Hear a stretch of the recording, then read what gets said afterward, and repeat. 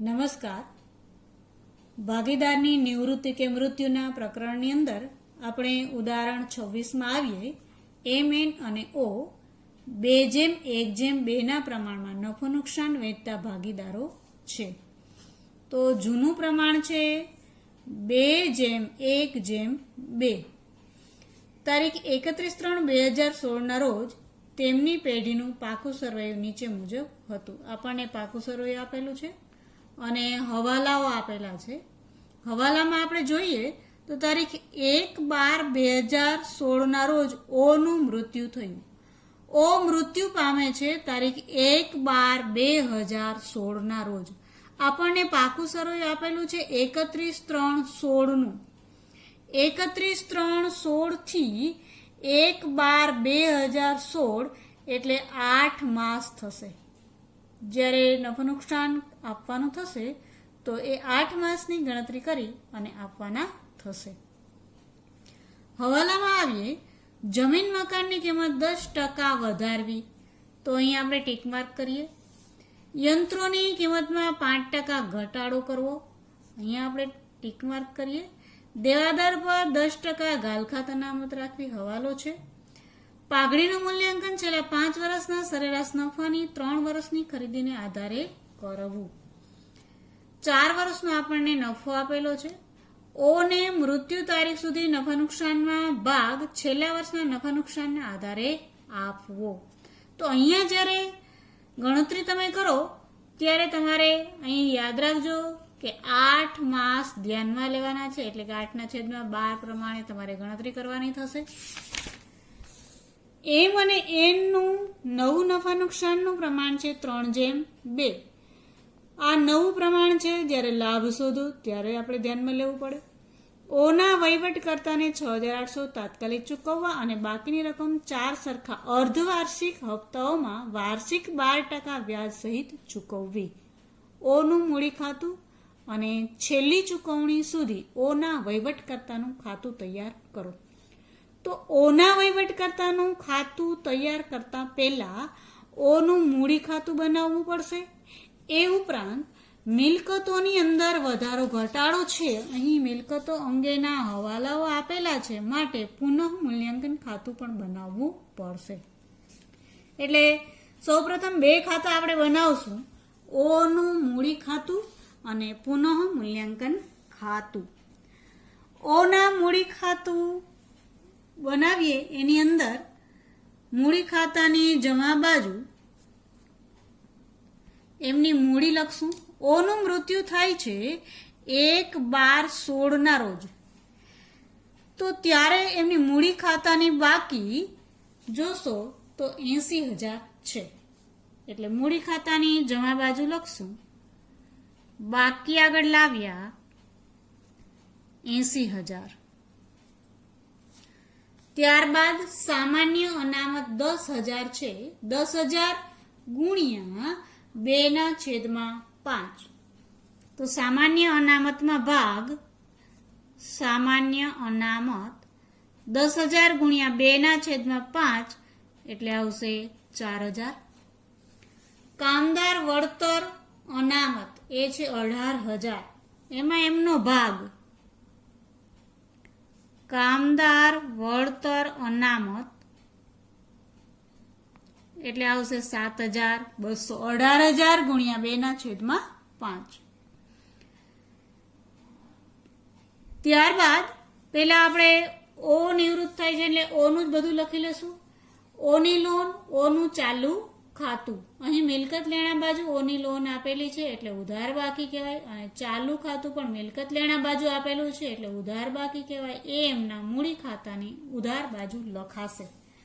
મૂડી ખાતાની ઉધાર બાજુ 1/16 ઓની લોન જે છે 30,000. ઓનું ચાલુ ખાતું જે છે 4,000. ત્યારબાદ તમે જોશો તો જાહેરાત ઝુંબેશ ખર્ચ છે 5,000. 5,000 ગુણ્યા 2/5 એટલે 2,000 રૂપિયા મૂડી ખાતાની ઉધાર બાજુ લખાશે. જાહેરાત ઝુંબેશ ખર્ચ 2000. ત્યારબાદ નફા નુકસાન ખાતું 60,000 છે. 60,000 ગુણ્યા 2/5. અહીંયા મૂડી ખાતાની ઉધાર બાજુ નફા નુકસાન ખાતે જે આવશે 24,000. 60,000 ગુણ્યા 2/5 એટલે ઓના ભાગે આવશે 24,000. હવે આપણે હવાલામાં આવીએ તો જમીન મકાનની કિંમત 10% વધારવી.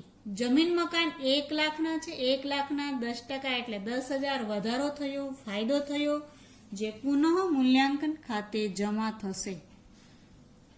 જમીન મકાન ખાતે 10,000 પુનઃ મૂલ્યાંકન ખાતાની જમા બાજુ લખાશે. બીજો હવાલો છે યંત્રની કિંમતમાં 5% ઘટાડો કરવો. યંત્રો છે 60,000ના. 60,000ના 5% એટલે 3,000 ઘટાડો થયો, નુકસાન, જે પુનઃ મૂલ્યાંકન ખાતાની ઉધાર બાજુ લખાશે. યંત્ર ખાતે 3,000. હવાલા નંબર 3, દેવાદારો પર 10% ગાલખાત અનામત રાખવી. દેવાદારો છે 40,000ના. 40,000ના 10% એટલે 4,000 થાય. ગાલખાત અનામત 4,000 રાખવાની છે. એની સામે તમે મૂડી દેવા બાજુ જોશો તો ગાલખાત અનામત 6,000 છે. 6,000 માઇનસ 4,000 એટલે 2,000 નો વધારો પુનઃ મૂલ્યાંકન ખાતે જમા થશે. ગાલખાત અનામત ખાતે 2,000. હવે તમે જોશો તો પુનઃ મૂલ્યાંકન ખાતા અંગેના કોઈ હવાલા નથી, એટલે બંધ કરી અને એની અસર આપવી હોય તો પણ તમે આપી શકો છો. આપણે પાઘડીની વાત કરીએ. હવાલા નંબર 4માં આવીએ. પાઘડીનું મૂલ્યાંકન છેલ્લા 5 વર્ષના સરેરાશ નફાની 3 વર્ષની ખરીદીને આધારે કરવું. 4 વર્ષનો બેનો અહીંયા ખાસ ધ્યાન રાખજો. 4 વર્ષનો આપણને નફો આપેલો છે તો 5મું વર્ષ કયું? 5મું વર્ષ એટલે કે આપણને પાકું સરવૈયું આપેલું છે એ વર્ષ, એની અંદર ખોટ આપેલી છે 60,000. એટલે અહીં સરેરાશ નફો શોધવા માટે સરેરાશ નફો બરાબર 80,000 વત્તા 60,000 વત્તા 70,000 વત્તા 50,000 માઇનસ 60,000. આ 60,000ની ચાલુ વર્ષે ખોટ છે એને ભાગ્યા 5 એટલે આવશે 2 લાખ ભાગ્યા 5. 2 લાખ ભાગ્યા 5 કરવાના છે એટલે રકમ આવી તમારી 40,000. આ થયો સરેરાશ નફો. સરેરાશ નફાની 3 વર્ષની ખરીદીને આધારે પાઘડી ગણવાની છે એટલે પાઘડી બરાબર 40,000 ગુણ્યા 3 એટલે આવ્યા 1,20,000. ઓ નિવૃત્ત થાય છે તો ઓને મળતી પાઘડી બરાબર 1,20,000 ગુણ્યા એનો ભાગ 2/5 બરાબર થશે 48,000. આ 48,000 કોણ આપશે? એમ અને એન લાભના પ્રમાણમાં આપશે. આ 48,000 એમ અને એન લાભના પ્રમાણમાં આપશે. તો આપણે લાભનું પ્રમાણ શોધવું પડે. તો આપણે શોધીએ લાભ બરાબર નવો ભાગ માઇનસ જૂનો ભાગ. એમાં સૌ પ્રથમ એમ નવું પ્રમાણ છે 3/2. હવાલા નંબર 7માં આપેલું છે. નવું પ્રમાણ આપેલું છે 3/2 એટલે 3/5 માઇનસ જૂનું પ્રમાણ હતું 2/1/2 એટલે 2/5 એટલે આવ્યા 1/5. એવી જ રીતે આપણે શોધીએ તો n નો લાભ નવું પ્રમાણ 3/2 એટલે 2/5, જૂનું 1/5 એટલે 1/5. તો બંનેને સરખો લાભ થાય છે. આને પણ m ને પણ 1/5 અને n નો લાભ પણ 1/5 એટલે લાભનું પ્રમાણ સરખું છે. લાભનું પ્રમાણ બરાબર 1/1. માટે આ 48,000 ની પાઘડી m અને n સરખા હિસ્સે આપશે. તો નોંધ થાય m ના મૂડી ખાતે ઉધાર,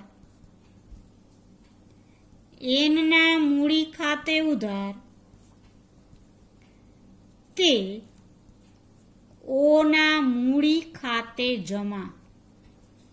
o ના મૂડી ખાતે જમા 48,000 કરવાના છે. આ 48,000 m અને n લાભના પ્રમાણમાં એટલે કે 1/1 ના પ્રમાણમાં એટલે બંને 24,000 એ રીતે આપશે. તો આની આપણે અસર આપશું o ના મૂડી ખાતાની જમા બાજુ. આ બંનેની વિગત લખવામાં આવશે. o ના મૂડી ખાતાની જમા બાજુ આવશું આપણે. લખાશે m ના મૂડી ખાતે 24,000. એ જ રીતે n ના મૂડી ખાતે 24,000. ત્યારબાદ આપણે આવીએ આગળના હવાલામાં. હવાલા નંબર 6.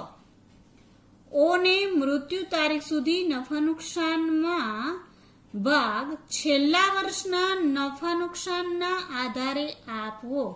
તો છેલ્લા વર્ષમાં નુકસાન હતું 60,000 નું. 60,000 નું નુકસાન એટલે કે ખોટમાં ભાગ આપણે ગણતરી કરશું. ખોટમાં o નો ભાગ 60,000 ગુણ્યા 2/5. o નો ભાગ છે 2/5. o કેટલા મંથ જીવિત રહ્યો?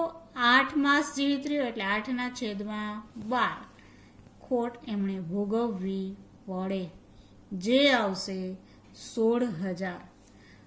આ ખોટ જ્યારે કોઈ ભાગીદાર અધવચ્ચેથી મૃત્યુ પામે છે અને નફા નુકસાનમાં ભાગ ગણવાનો થાય છે ત્યારે આ રકમ નફા નુકસાન ઉપલક ખાતે લખાશે.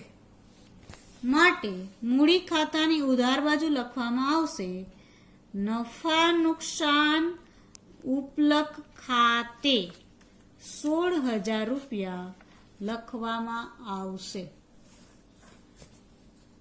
હવે આપણે હવાલા નંબર 7 ની અંદર નફા નુકસાનનું પ્રમાણ આપેલું છે. હવાલા નંબર 8 માં આવીએ. o ના વહીવટકર્તાને 6,800 તાત્કાલિક ચૂકવવા. તો આપણે ચૂકવીએ એટલે નોંધ થાય o ના મૂડી ખાતે ઉધાર તે રોકડ અથવા બેંક ખાતે જમા.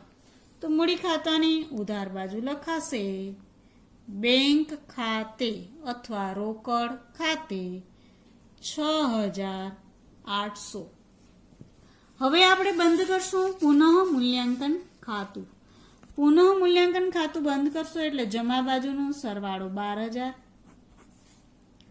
સરવાળો 12,000, 12,000 માઇનસ 3,000 એટલે આવ્યા 9,000 નફો જે મૂડી ખાતે લઈ જવાનો હોય. એનું પ્રમાણ છે 2/1/2 m, n અને o. તો 9,000 ને 2/1/2 માં ફાળવી દેતા 3,600, 1,800 અને 3,600 આવશે. તો o ને ભાગે કેટલા આવ્યા? 3,600.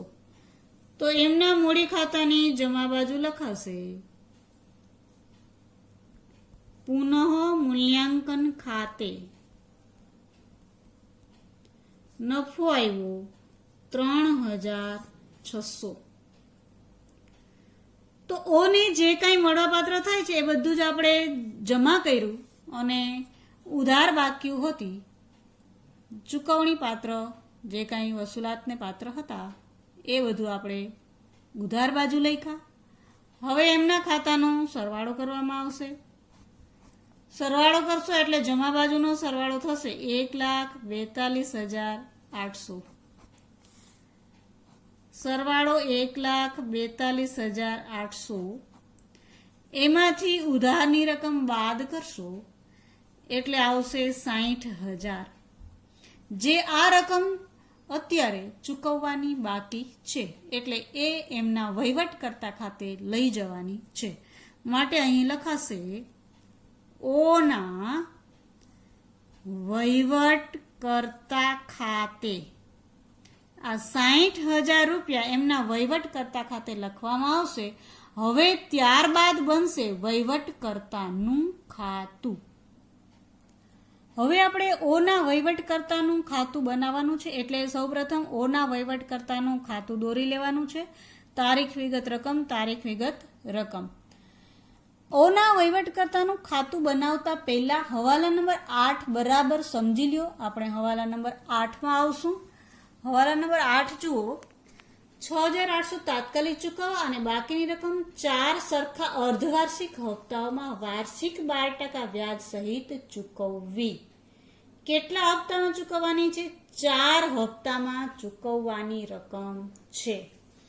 તો વહીવટકર્તાને ખાતે 60,000 બાકી છે. આપણે હમણાં ખાતું બનાવ્યું તો વહીવટકર્તા ખાતે 60,000 આવ્યા. 60,000 ભાગ્યા 4 હપ્તા એટલે દરેક હપ્તો 15,000 નો થશે. 15,000 નો હપ્તો પ્લસ બાકી રકમનું વ્યાજ ચૂકવવાનું છે. 4 અર્ધવાર્ષિક હપ્તા. 15,000 નો હપ્તો ચૂકવવાનો છે, પણ ક્યારે ચૂકવવાનો છે? અર્ધવાર્ષિક હપ્તા. એટલે કે આ ભાઈનું મૃત્યુ થયું 1/12/16. બેનો બરાબર તારીખમાં ધ્યાન આપજો. અહીં જ આ દાખલો તમારે સમજવાનો થાય છે. આગળની બાબતો બધી જ તમે સમજી ગયા હતા. અહીંથી જ ખાસ તારીખો તમારે ધ્યાનમાં રાખવાની છે. 1/12/16 રોજ મૃત્યુ થાય છે. ત્યાર પછી તમે જોશો તો અર્ધવાર્ષિક હપ્તો એટલે આના 6 મહિના ક્યારે પૂરા થાય? આ 12મો મહિનો એટલે કે ડિસેમ્બર હોય. 12 પછી 1, 2, 3. તો અહીંયા 1, 2, 3 એટલે ત્રીજો મહિનો એટલે માર્ચ મહિનો આવ્યો. તો માર્ચ મહિનામાં હિસાબો તૈયાર કરવા પડે. તો અહીંયા હિસાબી તારીખ આવે 31/3/2017. આ હિસાબી તારીખ છે. યાદ રાખજો બેનો, આ તારીખ ખૂબ જ અગત્યની છે.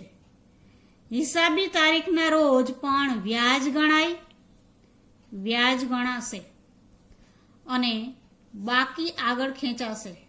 બાકી કાઢવી. આ સમજૂતી બરાબર તમે સમજજો. આપણે અર્ધવાર્ષિક હપ્તા એટલે 6 મહિને હપ્તો ચૂકવવાનો છે. તો આના 6 મહિના ક્યારે પૂરા થાય? તો કે આ 1/12 મૃત્યુ પામ્યો એટલે 12મો મહિનો આખો આવે. એટલે આ 1, 2, 3, 4 પછી આ 5 અને 6 એટલે કે 6 મહિના. અહીંયા 5મા મહિનામાં 6 મહિના પૂરા થાય. આ 1, 2, 3, 4, 5, 6. તો અહીંયા પ્રથમ હપ્તો ચૂકવવામાં આવશે. એટલે કે આપણે જે પહેલો હપ્તો ચૂકવશું એ 31/5/2017 રોજ પ્રથમ હપ્તો ચૂકવાશે. હવે જ્યારે પ્રથમ હપ્તો ચૂકવાશે ત્યારે વ્યાજ પણ ગણાશે. એટલે વ્યાજ ગણવું. બરાબર? વ્યાજ પણ ગણાશે અને હપ્તો વત્તા વ્યાજ ચૂકવવાનું થશે. એટલે તારીખો બરાબર ધ્યાન આપજો તમે. અહીંયા જ્યારે હિસાબ કરતા હોય ત્યારે બાકી આગળ ખેંચવામાં આવે એટલે બાકી કાઢવામાં આવે અને હપ્તો ચૂકવાય ત્યારે વ્યાજ ગણવું અને હપ્તો ચૂકવવો. તો પહેલો હપ્તો આપણે 31/5/2017 રોજ ચૂકવ્યો. હવે એના પછી 6 મહિના ક્યારે પૂરા થાય? તો 5મો મહિનો પછી છઠ્ઠો, 7, 8, 9, 10 અને 11. આ 1, 2, 3, 4, 5, 6 6 મહિના અહીંયા 11મા મહિનામાં એટલે કે નવેમ્બર મહિનામાં પૂરા થાય. તો એની તારીખ આવી 30/11/2017. અહીંયા બીજો હપ્તો ચૂકવાશે ત્યારે પણ વ્યાજ ગણાય એટલે વ્યાજ ગણવું અને ચૂકવવામાં આવશે હપ્તો વત્તા વ્યાજ અને હપ્તો કુલ રકમ ચૂકવવામાં આવે. હવે અહીંયા આપણે જોઈએ કે 2 હપ્તા ચૂકવી દીધા. હવે ત્રીજો હપ્તો ચૂકવવાની વાત આવે તો અહીંયા 30/11 આવ્યા. ત્યાર પછી 12મો મહિનો આવે, પહેલો, બીજો, ત્રીજો. હવે ત્રીજો મહિનો આવે એટલે અહીંયા સ્વાભાવિક છે આપણી હિસાબી તારીખ આવે 31/3/2018 આવશે. એટલે અહીં હિસાબી તારીખે વ્યાજ ગણાશે. વ્યાજ ગણવું અને બાકી કાઢવી.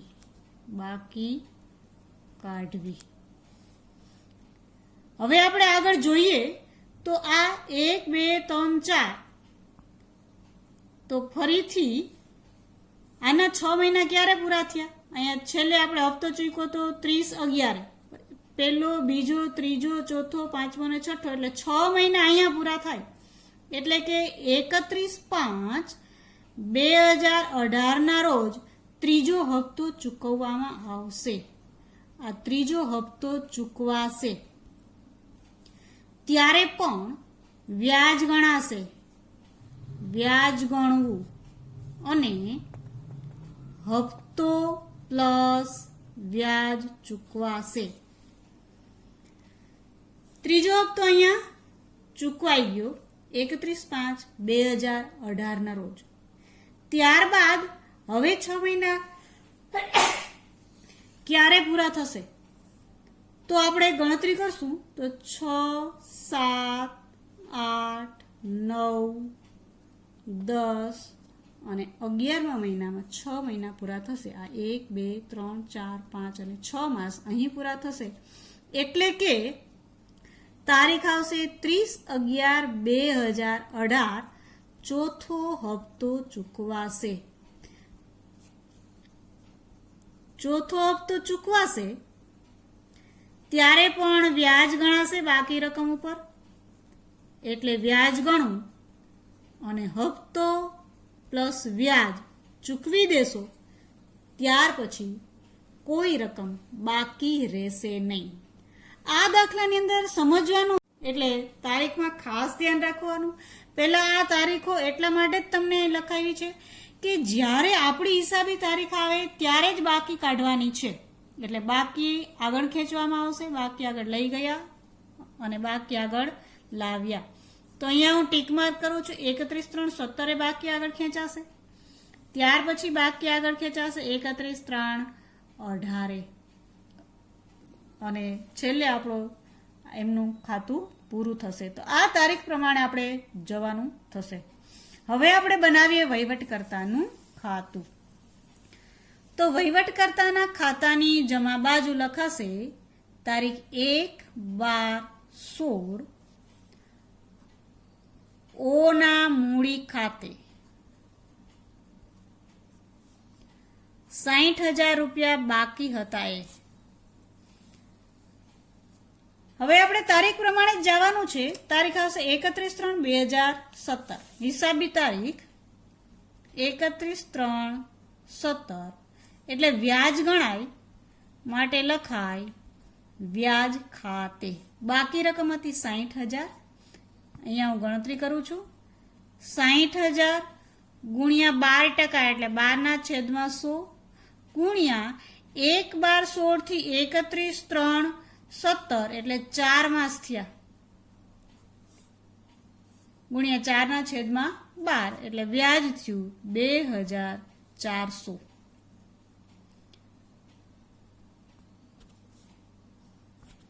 સરવાળો 62,400. ઉધાર બાજુ તારીખ 31/3/17 બાકી આગળ લઈ ગયા 62,400 સરવાળો 62,400. આ બાકી બીજા દિવસે એટલે કે 1/4/17 રોજ જમા બાજુ આગળ ખેંચવામાં આવશે. એટલે લખાશે બાકી આગળ લાવ્યા 62,400.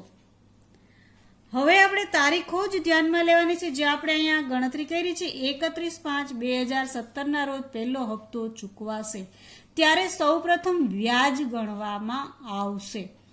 તો આપણે વ્યાજ ગણશું 31/5/17 વ્યાજ ખાતે બાકી હતા 60,000 રૂપિયા. 60,000 ઉપર 12% લેખે 1/4/17 થી 31/5/17 એટલે 2 માસનું વ્યાજ 1200 રૂપિયા થશે. હવે આપણે આ તારીખે હપ્તો ચૂકવવાનો છે એટલે નોંધ થાય ઓના વહીવટકર્તા ખાતે ઉધાર તે રોકડ અથવા બેંક ખાતે જમા. એટલે ઉધાર બાજુ લખાશે તારીખ 31/5/17 બેંક ખાતે અથવા તો રોકડ ખાતે. હપ્તો આપણે ચૂકવવાનો છે 15,000નો. 15,000નો હપ્તો પ્લસ મેં અહીં લખાયું હતું વ્યાજ. 15,000નો હપ્તો વત્તા વ્યાજ 6 મહિનાનું. તો આપણે 6 મહિનાનું વ્યાજ એમાં 2 મહિનાનું અહીંયા લખ્યું છે 2,400 અને 2 મહિનાનું અહીંયા લખ્યું છે 1,200 અને 4 મહિનાનું અહીંયા લખ્યું છે 2,400. એટલે આપણે ચૂકવવાના છે 15,000 વત્તા 2,400 વત્તા 1,200. તો કુલ રકમ આપણી થઈ 18,600. ત્યાર પછી આપણે તારીખ પ્રમાણે જ જવાનું છે. અહીંયા આપણે આ ગણતરી કરી લીધી. આ આપણે અહીંયા હમણાં હપ્તો ચૂક્યો. હવે તારીખ આવશે 30/11/2017. બીજો હપ્તો ચૂકવવાનો છે એની પહેલા વ્યાજ ગણવું પડે. તો આપણી તારીખ આવી 30/11/17 એટલે લખાશે વ્યાજ ખાતે.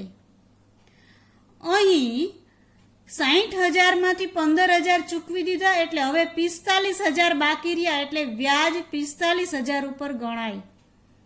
45,000 ગુણ્યા 12/100 ગુણ્યા 6/12.